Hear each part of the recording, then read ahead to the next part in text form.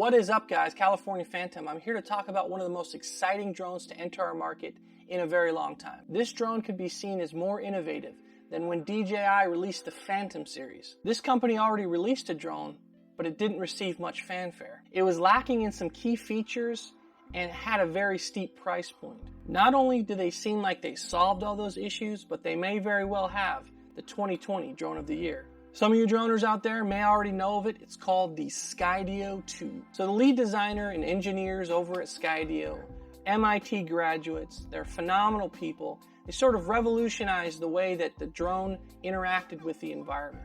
So up until this point, most drones operate off of a sonar type sensor or a low-grade sensor to feel its environment. So much like the Tesla cars, the Skydio uses a series of cameras that can actually read the environment in a 3D space and navigate in much tighter spaces than any drone has ever before. So unfortunately for Skydio, unless you were Casey Neistat or one of the bigger YouTube influencers, the Skydio sort of fell flat. You can blame it on the $2,400 to $2,700 initial price point. You can blame it on the lack of a controller or various other key features.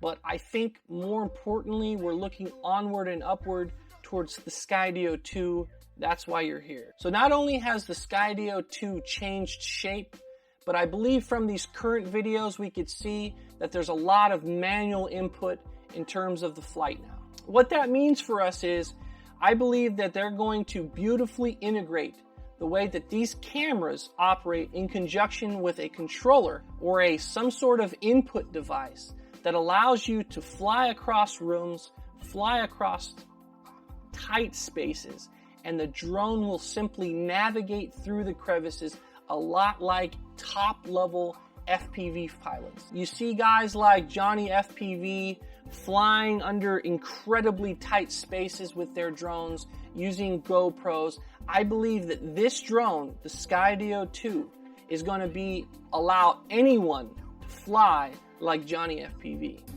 I don't believe you. So you're probably thinking, how the hell are they going to do this? Well, I'm going to explain it to you. What they did with the Skydio 2 was they built off the Skydio 1 model, and that is using that famous all-camera 3D architecture to be able to navigate anywhere you want to go. And instead of operating purely autonomously, I think you're actually going to be able to have a controller input to that 3D space. What I mean by that is this. The Skydio will read the 3D space as you navigate. And instead of like conventional drones when they encounter an obstacle and it just stops, I think the Skydio 2 will allow you to continue on in a direction. Let's say you're going straight and it sees that there's a hole or a space that it's going to fit. It'll allow you to continue heading straight, but it'll automatically dip between that space so that it can fit. It's going to melt that architecture of the manual controller with its ability to avoid obstacles. It's for this very reason that I think the Skydio 2 will be the most exciting drone we've seen in a very long time. And of course I can be completely wrong about the Skydio 2. I hope you leave your comments down below. Let me know what you think.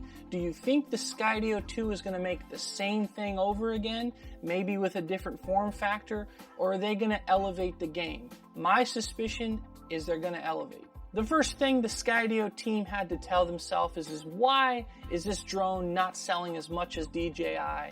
Is not selling as much as Autel? What are we doing wrong? I don't think it was necessarily the $2,500 price point. Maybe it was to a certain extent, but the biggest weakness of the Skydio 1 was the lack of control. The reality is nobody wants to spend $2,000 for a drone that only can be controlled with a cell phone.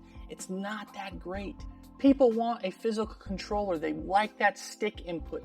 They want to get those helix shots. They want to get those hero shots. You can't do that with a cell phone. It's not feasible. It's not reasonable. Not to mention these cell phone controlled drones don't nearly have the range of that of an actual manual controller. These things go 3 and 4 miles. Nobody can do that on a cell phone. It hasn't been done. It won't be done. I don't know anybody who's a drone enthusiast that prefers a controller of a cell phone to that of a manual controller. It's just not there. So I'm sure the team at Skydio know this. They know that they cannot come with another cell phone controlled drone. They can't be fully autonomous. I know that's their mainstay, and I know that that technology is superb. But if people want to get shots that don't involve humans, that involve beautiful landscape, that involve tight shots like we see with Johnny FPV and others, anybody can do this with this Skydio technology. They just need to marry a controlled, manually controlled drone to the software preventing strikes from happening. It's that perfect marriage between obstacle avoidance and manual input. It's for that reason and that reason alone that I am so hyped for this drone. I understand that this is all purely speculation, but this is something I've observed from the videos that Skydio has been teasing us with, to the common knowledge within the drone industry on why the first one lacks so badly. That's pretty much it, guys. I hope you enjoyed this video. Please hit that like and subscribe if you haven't already. Drop me a comment down below letting me know what you think the Skydio 2 is going to be, if it's going to have that obstacle avoidance with that manual input, and we'll catch you on the next adventure. Hey.